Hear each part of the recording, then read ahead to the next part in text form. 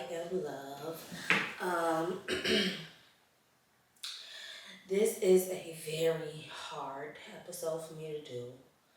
Um, and before I even get into anything, I want to take a moment of silence. I lost my sister, and she was very encouraging and very. It's not a lot of people in this world that understand me, and my sister was one of the people who truly did. She was very encouraging with my podcast. Um, we had so many moments where she just wanted me to embrace my voice more. And so, um, to my god sister Jen, I love you.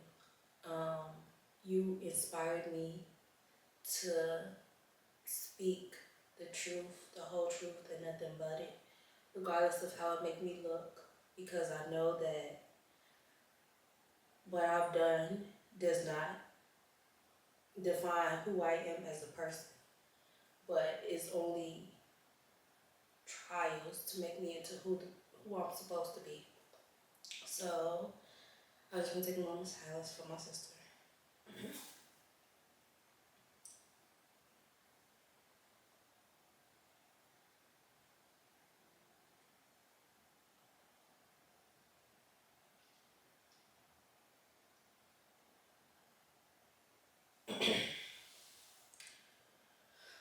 Okay, and y'all, her death is fresh, and she just passed away a week ago. And I wasn't even in the mood to make this video. But even before she passed, I know I made a promise to y'all that I won't just disappear again. And before she passed,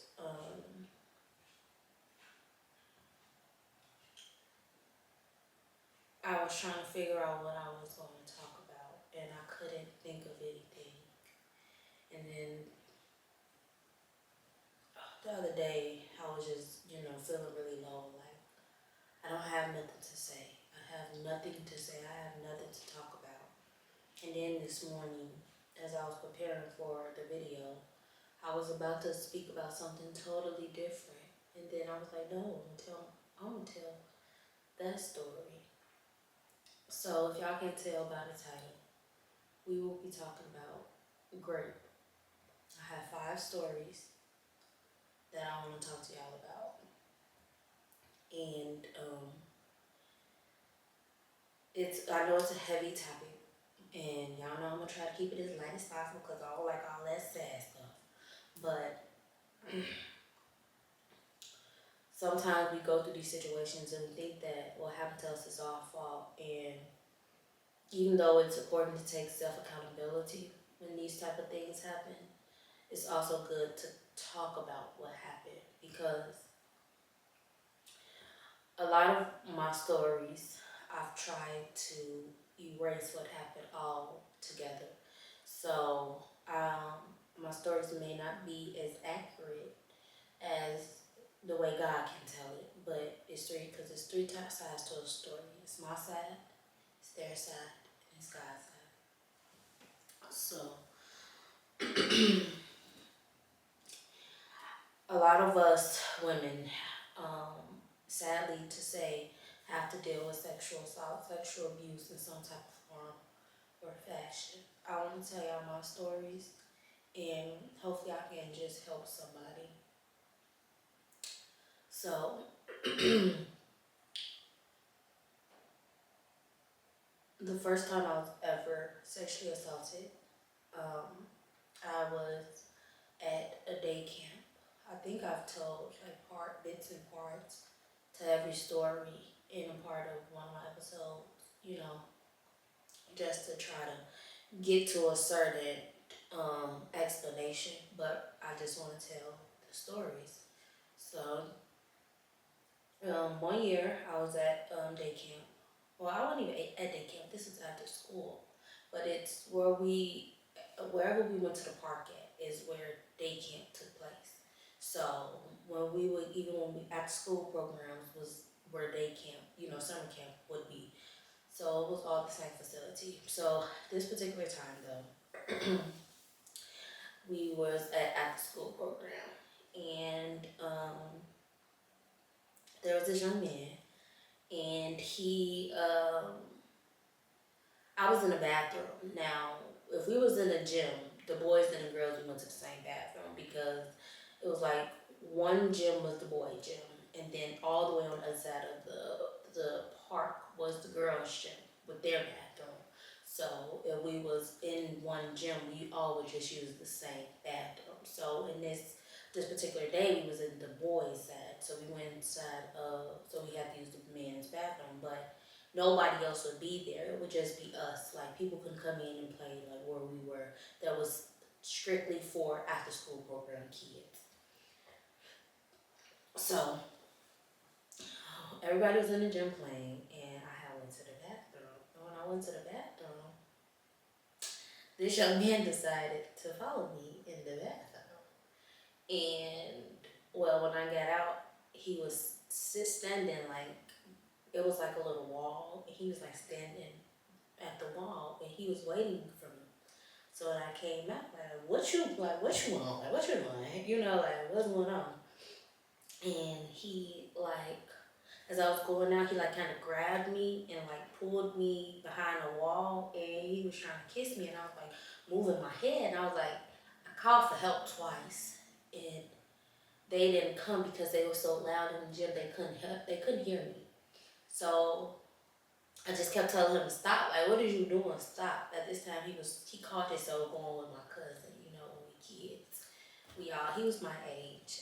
Yeah, we was in the same class or whatever. And he just was insistent on me kissing him, and I just kept telling him no. So, after that going on for like a good 1 minute, I wouldn't even say it was going on for a long time.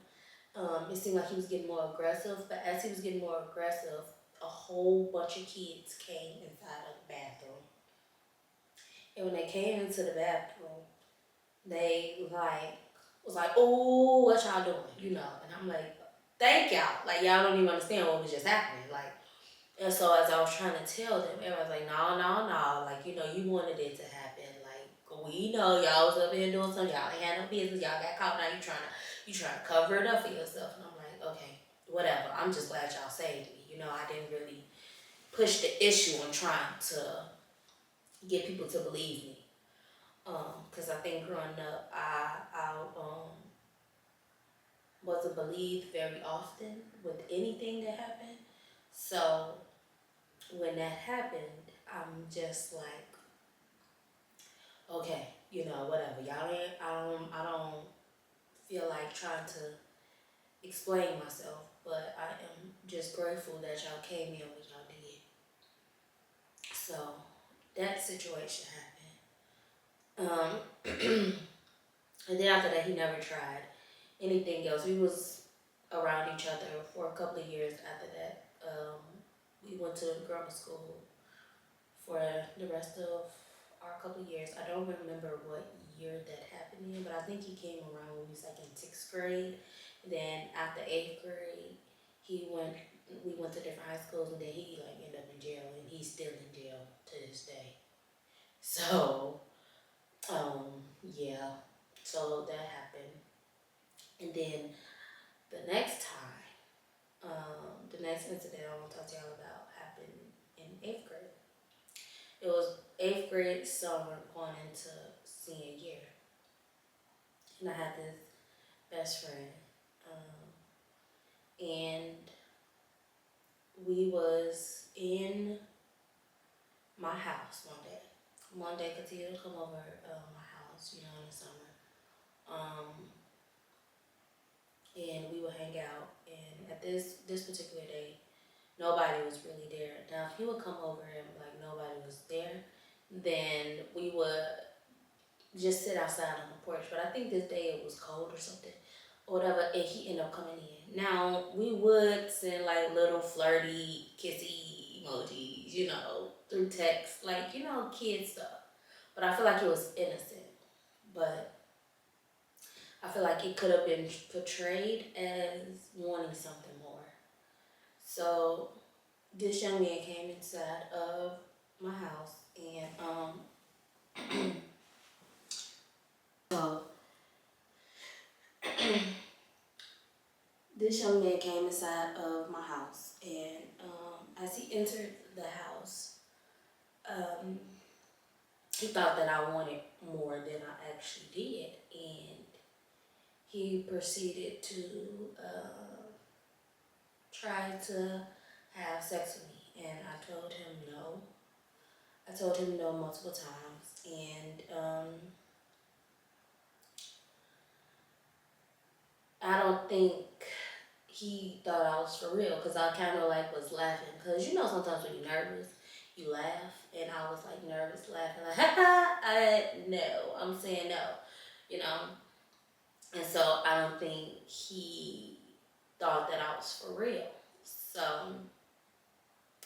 he got to chasing me around the house, and we ended up like tussling, and he overpowered me because I was small or whatever, and that was like very straight to the point. Like he ended up, we was tussling, he took my pants off like it had was on top of me, and he ended up doing what he did. And I did say no multiple times, and then after a while I was just quiet, because it was like, okay, nobody's going to hear me.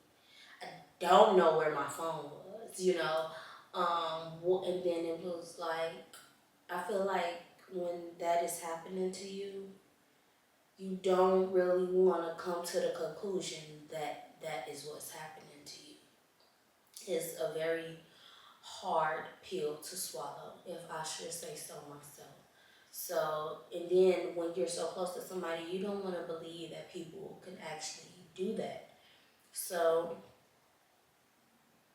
after it happened, I just really act like it didn't. I didn't talk to him for years.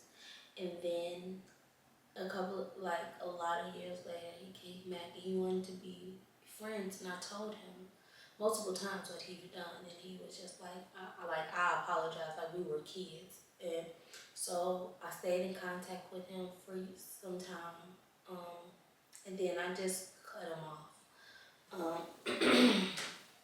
And y'all see, I did that with a lot of my abusers. I stayed friends with them because even the first dude who just molested me, um,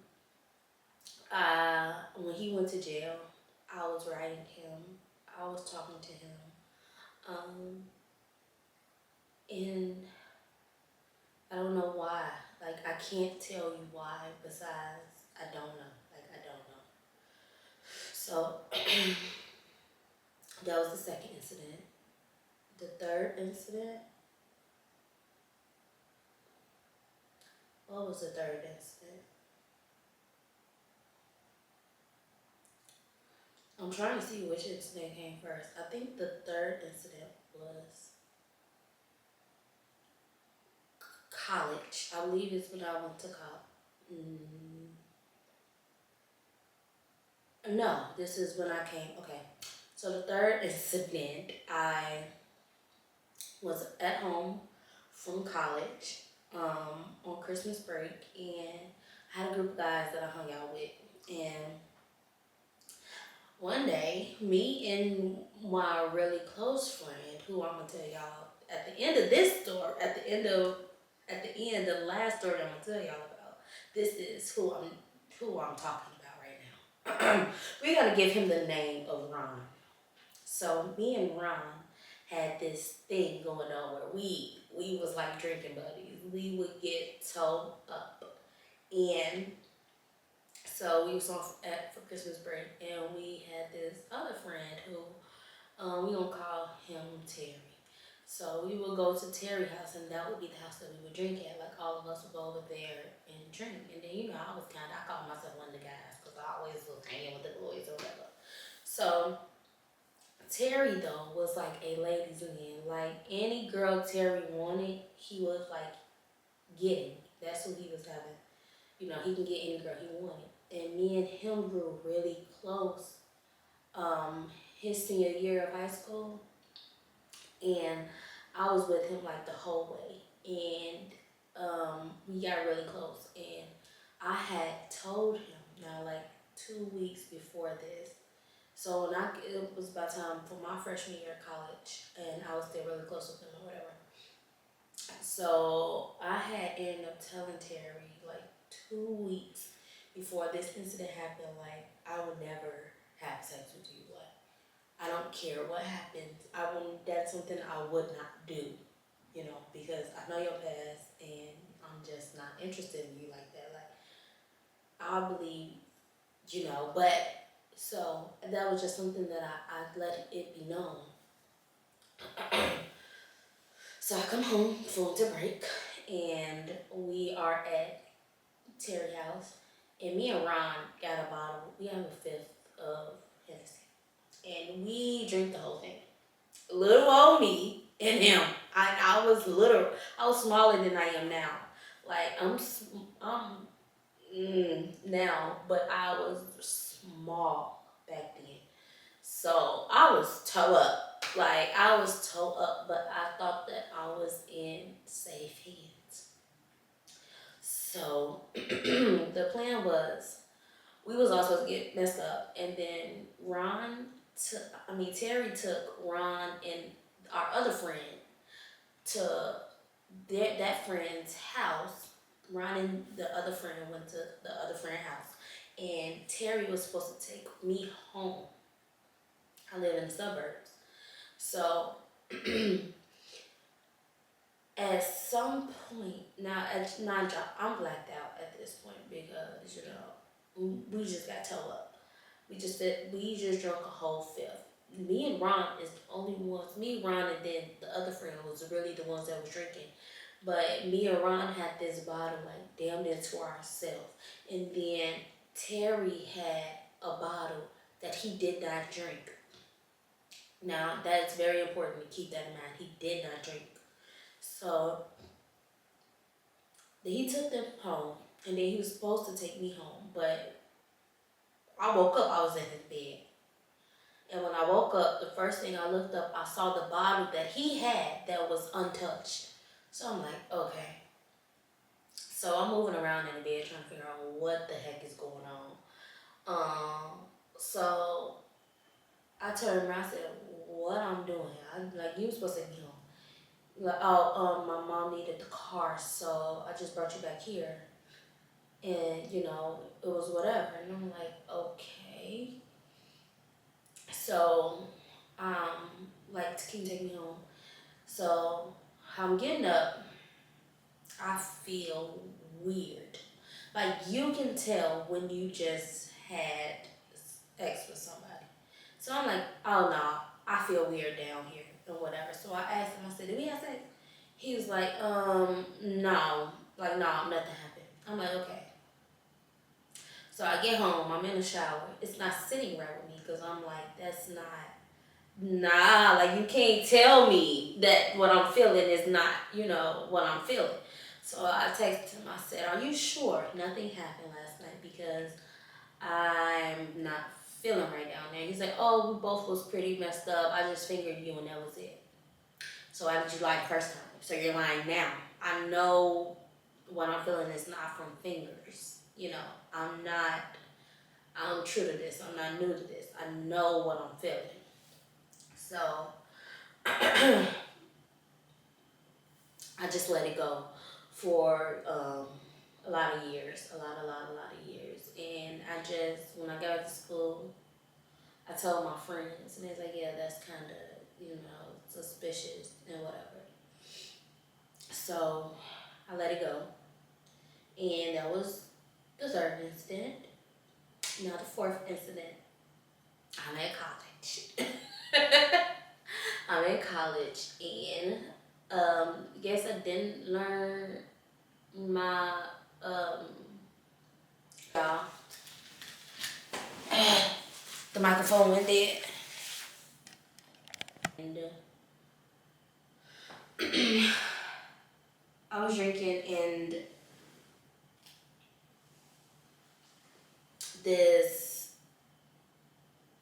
it was this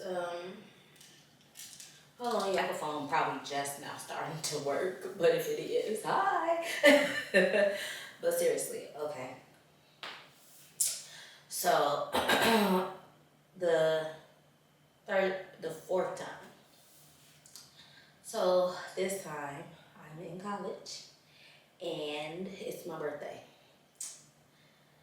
Again, messing with Hennessy. We end up going to the hookah bar because I'm like addicted to hookah. But at the time, I was on hookah real bad, like real bad. And so I wanted to go to the hookah lounge. And so we went, but by the time we got to the hookah lounge, it was closing in like the span of, I would say like 3 hours. The hookah lounge was about to close. I mean, not even 3 hours. In like 30 minutes, the hookah lounge was about to close. So it's my birthday. I'm like, and my birthday was like move-in day at college. So I'm like, nah, baby, before we get this semester started, the first day of class was the next day after my birthday. So I'm like, oh, nah, baby, before we get these classes started, I'm trying to have a good time, you know. So it was a place called After Hours that we would go to. So when I asked my friends if they wanted to go to After Hours, they weren't really down. So because we was broke college students, honestly. But I had bumped into a man that me and my other friend had went on a double date with. He was at the bars. I mean, he was at the hoop lounge. So he's like, "Hey, come, After Hours." They had two cars, and he's like, "I'll pay for you and one other friend or whatever." So I'm like, "Okay, like we're going there. Like, do y'all want to come?" And he was like, "No, we just want to get an Uber back to the dorms." So I'm like, "Okay." So my friend that did everything, my partner in crime, that I did everything with, I'm like, "You trying to go?" And she was like, "Yeah." So I'm like, "Okay, we going then." So we ended up going to the spot, and they had Hennessy. They had bottles of Hennessy, and so they was like passing it around or whatever. And when it had got to me or whatever, they was like, "Drink, it's your birthday." I'm like, "Y'all fucking right." So it was like this much. Now y'all know the bottles of Hennessy is thick. They're wide. So it was about this much Hennessy left. So I knew I was gonna drink that.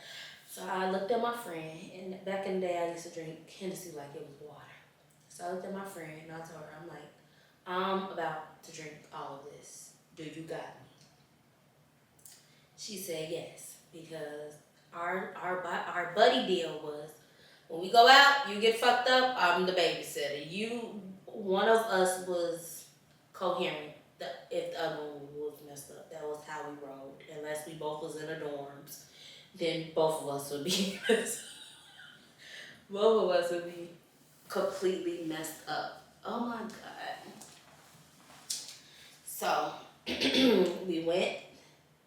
So we was drinking, and I drunk it. And one minute I was on the dance floor. The next day I woke up, I didn't know where I was at. So I can only tell y'all the stories that I was told, along with glimpses from what I remember. So, from what I was told from my partner in crime was, when we was on the dance floor, one of the boys was ready to go. And I told her, "I'm not ready to go."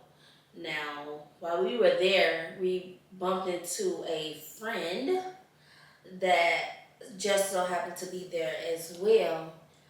And I'm like, they can ask them if they can take us back to the dorms, because I'm not ready to go.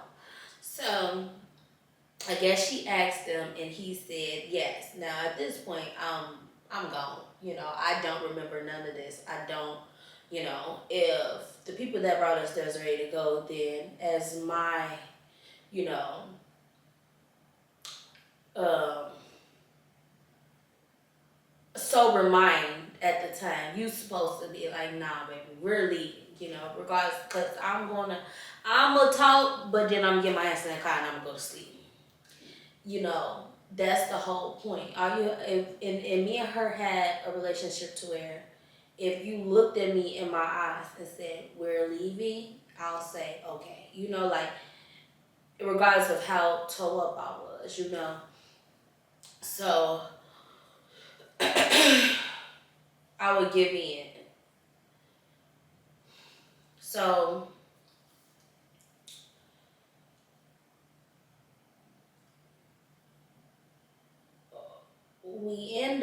she ended up telling me the next day, like, I was so messed up, and this is video, it was video proof as well. Like, I was like throwing up in the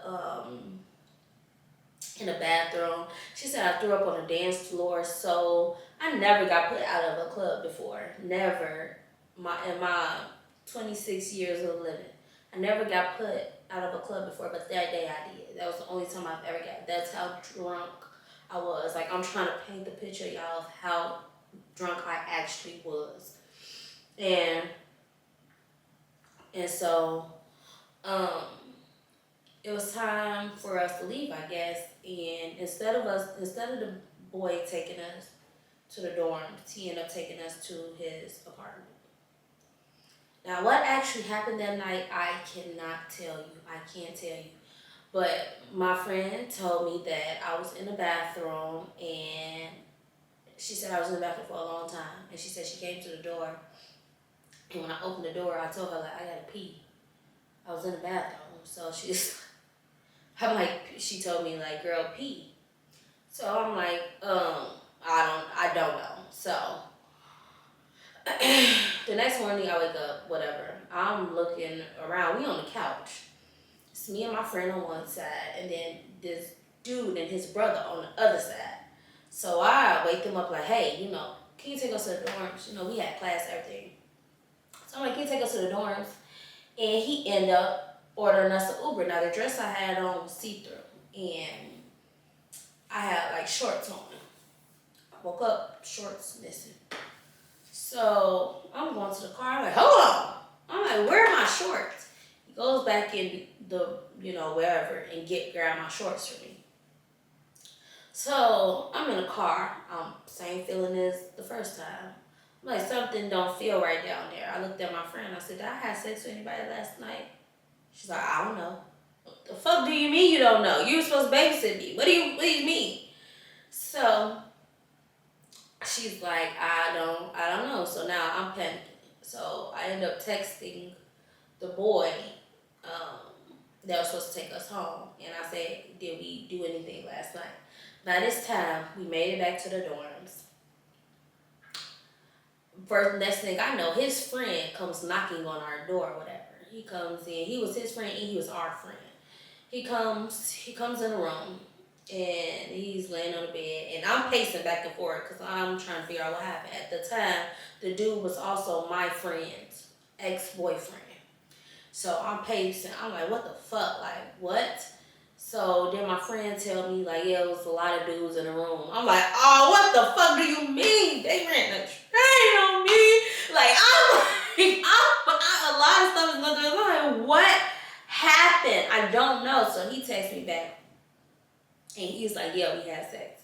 I'm like, what the fuck? So I tell them. So his friend instantly says, take it to the grave. Don't tell nobody. What the, what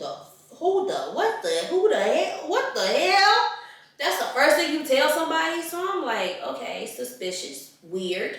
And then I end up asking him, like, hey, was it just me and you, or was it other people involved? He said, no, it was just us. So I still, to this day, don't know if I believe that. Because I can't tell you what happened. But I do know that when the girl that I was with, my partner in crime, when she decided that she didn't want to be my friend anymore, the first thing she said to me was, how can I be friends with somebody that had sex with their friend boyfriend? And that made me feel like I was set up that night, because it was like, you were supposed to be the one that watched me. We had, now granted, y'all, this is where I have to take self accountability because I should have never got that drunk. You don't trust nobody, even people that you think love you and that you think you can trust. No, like you can't trust anybody, anybody. So,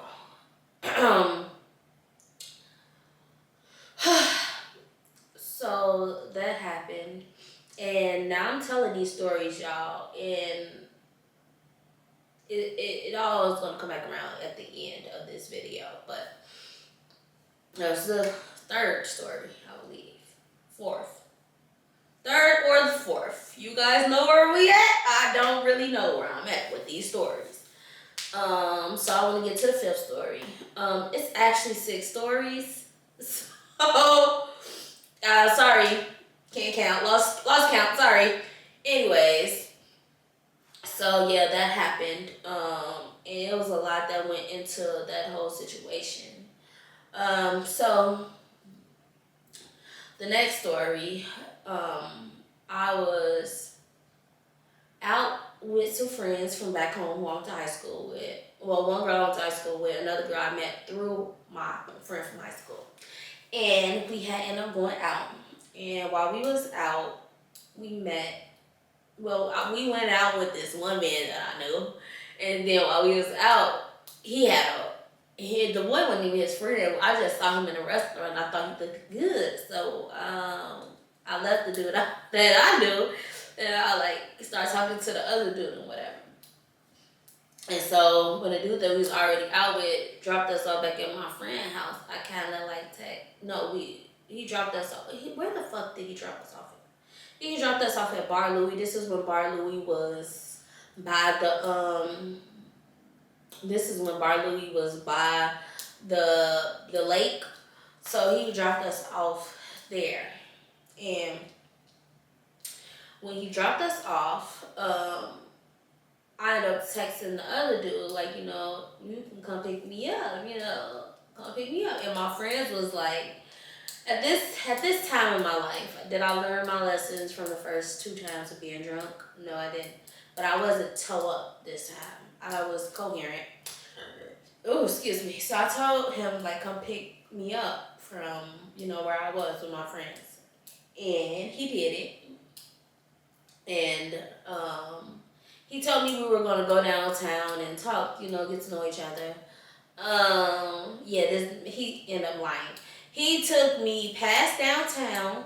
I don't know where the fuck I was at. I still to this day can't tell you where I was at. We was at like this little hotel, motel thing. And I should have not got out of the car and went inside, but I got out of the car and I went inside. So when I went inside, because he said that like he was from out of town and he had needed to stop at his hotel before we went to wherever we were supposed to go. He said he had needed to go stop at his hotel and like do something, get some stuff, whatever. So we ended up going past downtown, wherever the hell he took me, and I ended up going inside with him. Should never did that, but I was young. I was like, I'm just living life, We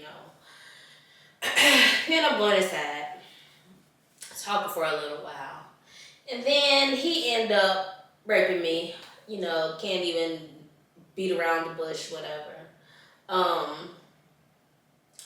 So now anytime anybody tells me, the things he was saying to me was like, be nice. Like, because I just kept saying, like, you're raping me. You do know you're raping me, right? Like, you're literally raping me. And I didn't yell. I didn't scream. I didn't try to run because for one, I didn't know where I was at. I just wanted it to be over so he can take me back to my friend's house. And yeah, I don't like I feel like a lot of people try to blame victims because they're like, oh, you didn't run, you didn't scream, you didn't. First off, you have to process what is actually happening to you in that moment. Then you have to react. When you're intoxicated, even a little bit, sometimes your reactions aren't as sharp as I feel like they would be if you were completely sober. So, and just to process it, and like nobody wants that to be happening to them. So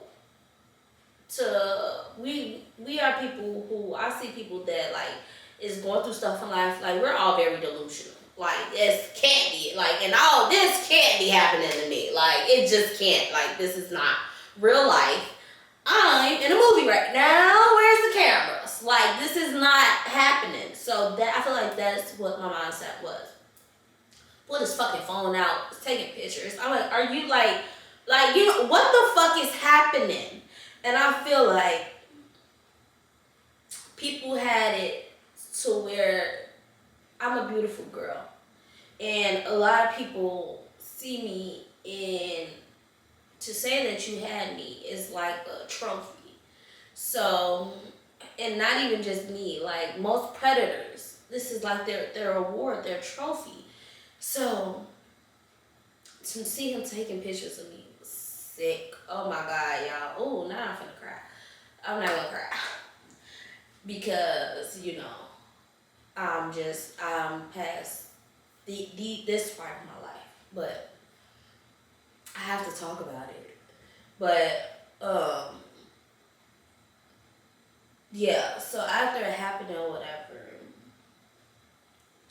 I just told him just take me to my friend's house. He took me to her house. I didn't tell her what happened because she told me not to get my ass in the car. She told me not to go. They begged me, why are you going? You don't know this man, Shemai. Why are you moving him? But I just wanted to live my life on the edge. That's the life I chose to live. So those were the consequences that came behind it. Should I got my ass in that car? Hell no, I didn't know that man from campaign. Never talked to him before, you know. And now this is the last and final time. The last and final incident that I want to talk to y'all about. And then I want to conclude this video and I want to talk to y'all about some stuff. The last and final time was not too long ago, about about a year or two ago. It was me, and it was, what name did I give him? Terry or Ron? Ron. It was me and Ron, and we was drinking like we normally do, and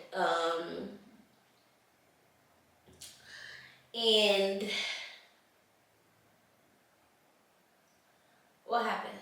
We was drinking, and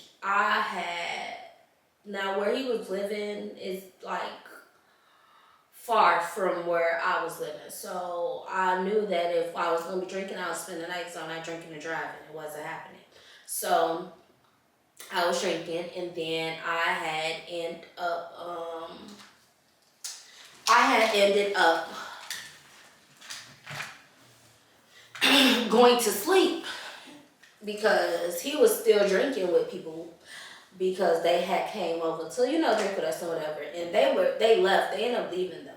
But he knew I was spending the night. I knew I was spending the night. So I ended up going in his room and I went to sleep. Now, I'm dead asleep. I think I had on like his clothes. Like I had on like a pair of his shorts and his shirt, which was not uncommon for us. Like we always drunk together and sleep. We did not have a sexual relationship.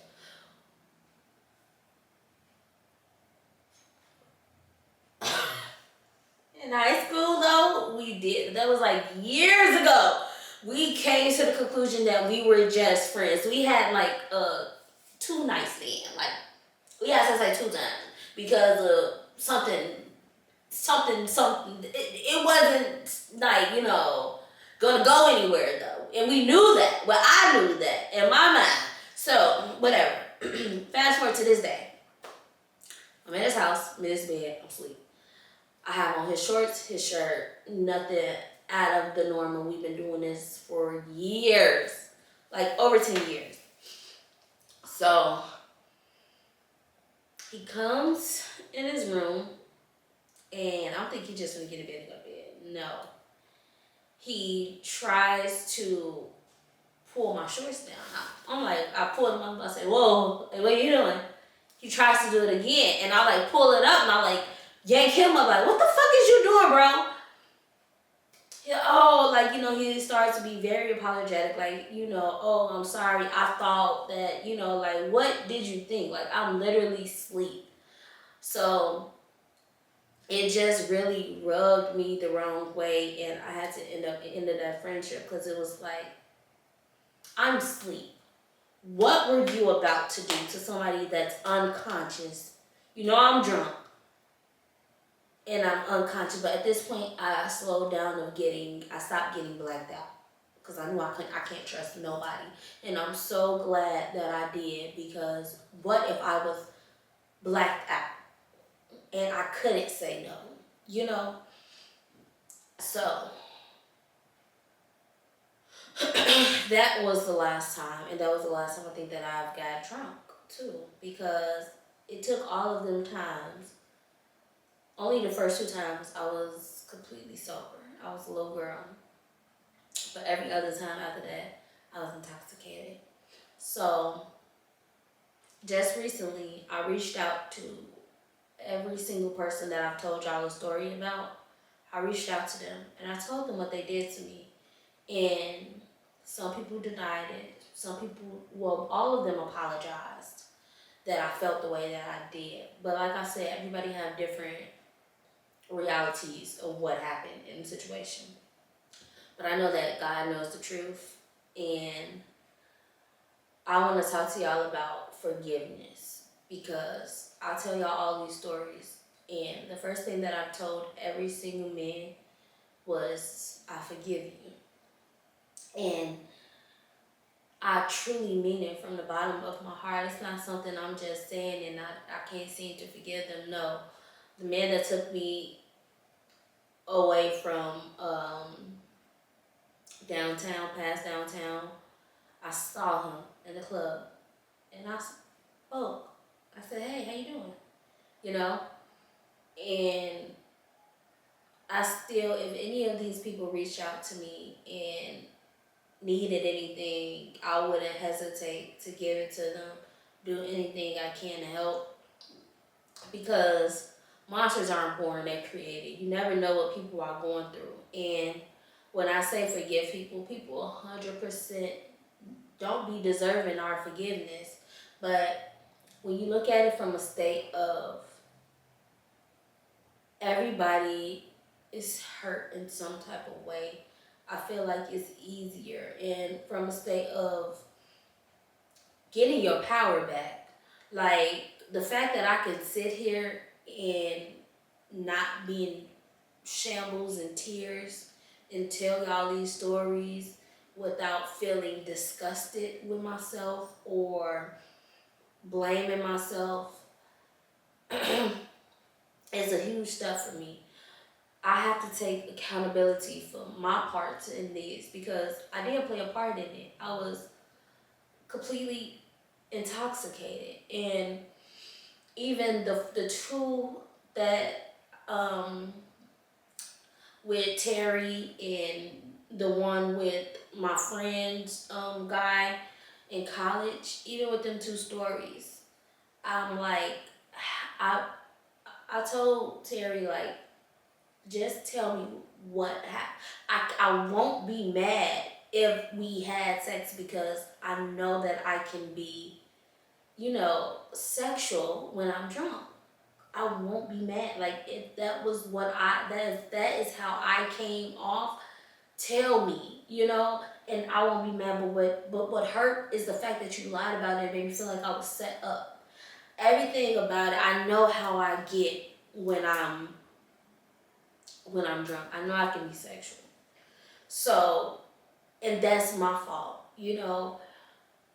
I shouldn't be getting to the point to where I want to just have sex, And so I don't even know if I gave signs that I was enjoying it, I don't know, because I was not even present.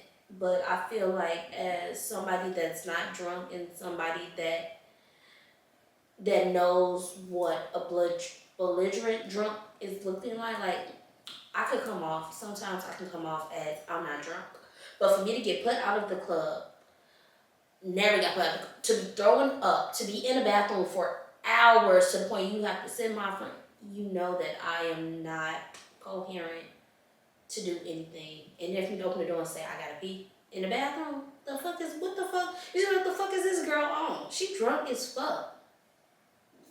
I should have been getting some water, not some dick from nobody. And that's just the way I feel about the situation, you know. But if I sit and hurt, and even when I told my friends, the friend of the ex, we stopped being friends. She didn't want to be my friend anymore because she said, if you was that drunk, why didn't you just leave? So to have people telling you that what happened to you was your fault, not just, people telling you to take it to the grave, or, but like for people that you call your friends to tell you what happened to you, oh, that's definitely all your fault, and not hold the person that actually did it accountable, it makes you continue to do the same patterns. And I feel like that's why I did them for so long. Like, you didn't learn your lesson the first time you got drunk and got fucking taken advantage of. No, it happened to you 4 or 5 times for you to actually be like, all right, I'm done being a victim of this shit. Like, and I feel like it all starts when people tell you to shut up about the situation. Most people, most predators tries to shut the victims up because they know that if they shut you up, that they can continue to do it. And you get your power when you speak on it. Most of us are so ashamed of what we do or what we've done to put ourselves in that situation that we don't want to talk about it. And we're like that in all different type of areas in your life. It's not just with rape, but with what goes on in your house, what goes on at school. We don't want to talk to people about it because we're so ashamed. And we have to stop feeling ashamed. We're not perfect. We're humans. We make mistakes. Oftentimes, I don't want to pick up this camera and I don't want to record stories because I know that I wasn't perfect in the situation and I probably played a role in it. And even if I didn't play a role in it, I feel guilty because I didn't do nothing to deserve whatever happened to me. So it's like, I don't want to make somebody else look bad, or because I'm never getting on here to bash anybody. I understand people go through things, and I understand monsters are not made, they're created. Created, they're made. They're not created, they're made. So we were not born a monster, or you probably not even a monster. We just make mistakes, and I understand that. And I don't. I believe that it's never flesh and blood that we're fighting against, but the devil and principalities. So when people perform these evil acts, I don't even think sometimes they're subconsciously aware of what they're doing. And some people are. Some people wholeheartedly know exactly what the fuck they're doing. But they want you to hurt. And the devil wants you to be evil. He wants your soul. He wants you to live in bitterness. So I feel like the reason why these things happen is because the devil wants us to be angry with each other and wants to take that goodness that's inside of you away from you. So in order for the devil not to win, I feel like we have to use what happened to us and turn it into something positive, no matter what it may seem, or no matter if it seems even impossible. So the whole message of today was, I just really wanted to encourage somebody, regardless of what you're going through or what you've been through. It's not your fault. we all go through things. Um, and it does not determine who you are as a person. All the times I was drunk, you know, I'm not a drunk. I'm a I am a well functioning human being that doesn't deserve to be abused, that doesn't deserve anything that I've been through. Maybe I have, you know, maybe I was the person in somebody's story that hurted somebody, and this is my karma, you know. But regardless, I just am trying to find my voice and a reason to speak, because sometimes I don't even want to do this because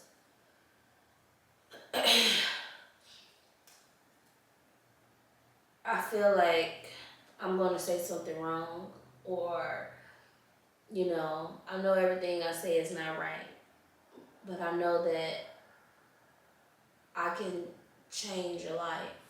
Um, when I go back to speaking about my sister, she's my god sister. When I speak about her, she's the reason why I started posting shorts, like little short clips on Facebook, because nobody really, you know, nobody supports you. Your family don't support you. Like they don't want to see you speaking, especially your truth in the way that I do, because it probably paint them as in a picture that they don't want to see themselves, or just to see you, you know, change your life in a way that they didn't never expect you to. Um, but my god sister, she did.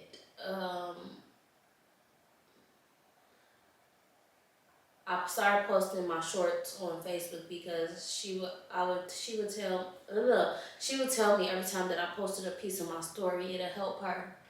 And um, I was talking to God, and I'm like, God, I'm not posting nothing.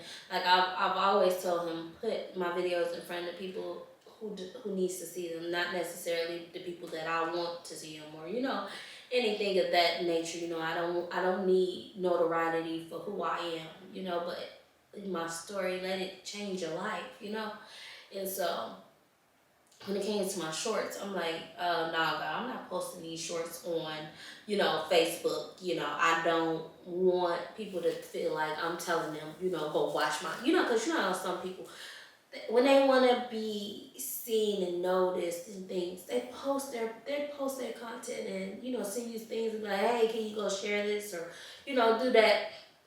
I didn't want to even seem like that was me. And he told me, he put my sister in my head, and he said, you can either the 99, or do I just want you to save the one? And I thought about my sister, and okay, and I posted it strictly for her. And so the last year of her life, we got extremely close. And so as I'm sitting here and I'm sharing these stories with y'all, it's not to try to make the people feel bad. It's not for me to relive my traumas, but simply to help somebody. I know that I speak about having herpes, and now I mentor so many young ladies on how to cope with it. So many young women are reaching out to me because they was just diagnosed, and they don't know how to necessarily navigate life through it, you know, with this new diagnosis. And herpes is not something that can kill you or something, but it's something where you're devastated when you find out. So, cause I feel like we all have a little piece of us that be like, oh, it can't happen to me. But I know that people just need somebody that understands them, that's stand true to their self. I feel like God is very big on us being true to who we are as people. So if you're not true to yourself, then you can't really truly live in God's purpose for you. And I'm trying so hard to live in God's purpose for me. I don't want to be somebody that I'm not. I don't want to just pick up this camera and just talk just to be talking. But I want to always touch somebody in a space where they can't really, look to their family or look to their friends, because most of the time people don't understand. I'm trying to also be open to allowing people in, because sometimes I'm scared. If I'm being real, I'm scared. I don't have no friends. I don't have no friends. Um, Y'all probably know Alex. Alex is my only friend. She lives in Texas. We don't. No, she don't even live in Texas no more. God damn! I just laughed. Alex don't even live in Texas anymore. I don't even know where Alex live, honestly. But we don't talk every day. But that is the only person that I consider a friend, and we don't talk every day. And yeah, I'm scared to let people back in my life, because I just don't want to get it wrong. I don't want to get it wrong, and I know you have to show people grace. And I cut every man off because they just didn't seem to want to be friends. But to wait for me to finally give them a chance, and I don't want that. Like, I just want, I want to live a life of peace. I want to live a life of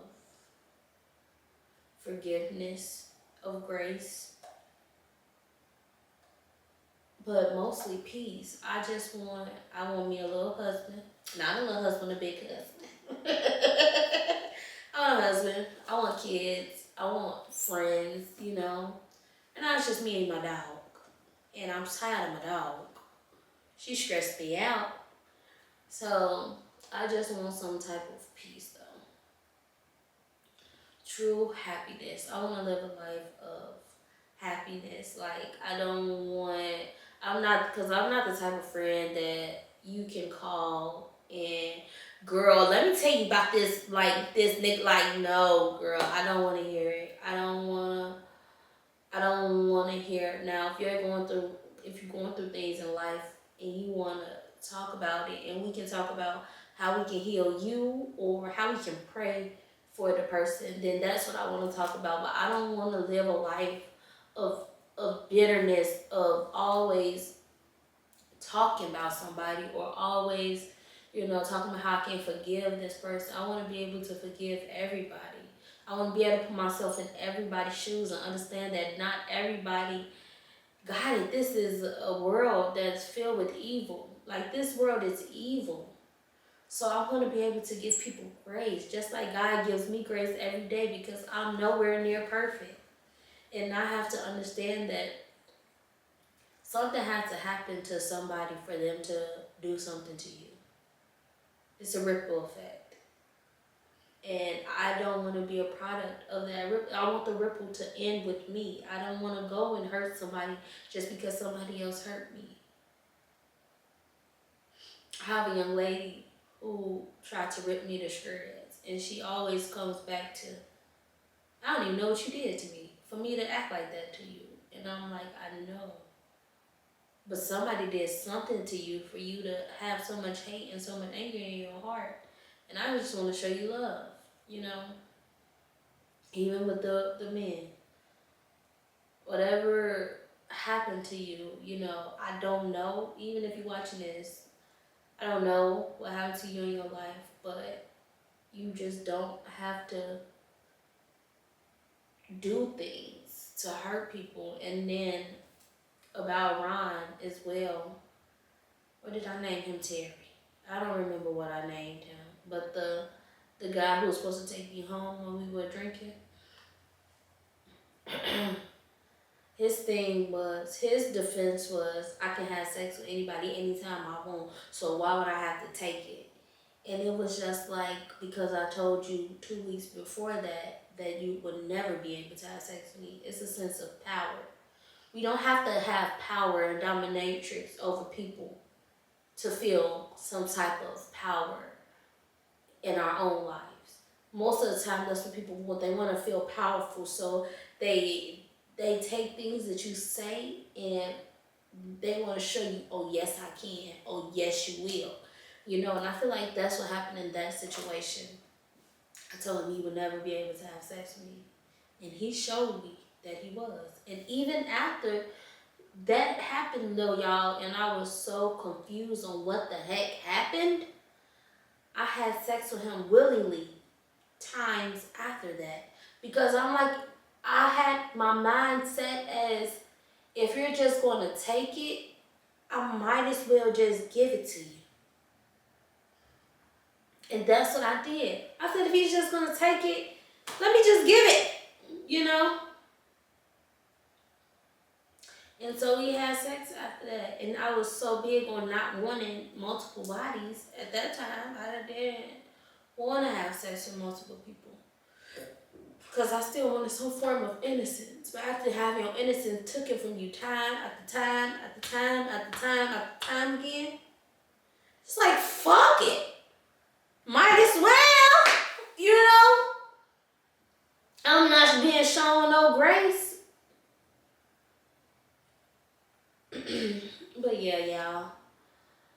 Hopefully, this feels like it's gonna be a pretty long, pretty good episode. I'm proud of myself for even getting in front of this camera today. Thank y'all for watching the video, for, reaching out. I see it's people that want to be on the podcast. I currently film in my apartment, and I'm just not comfortable with having guests here that I don't know. So I am looking, if you're in the Chicago, Indiana area, I am looking for a space to where I can bring guests and film the podcast. So if you are, willing or available, if you have a space, if you're do videos, edit podcasts, I'm also looking for somebody to help me edit, because editing is super hard for me. So if you guys know anybody, or, please feel free to email me. I will leave the email in the description box. I love you guys so much, and God love y'all more. Hopefully,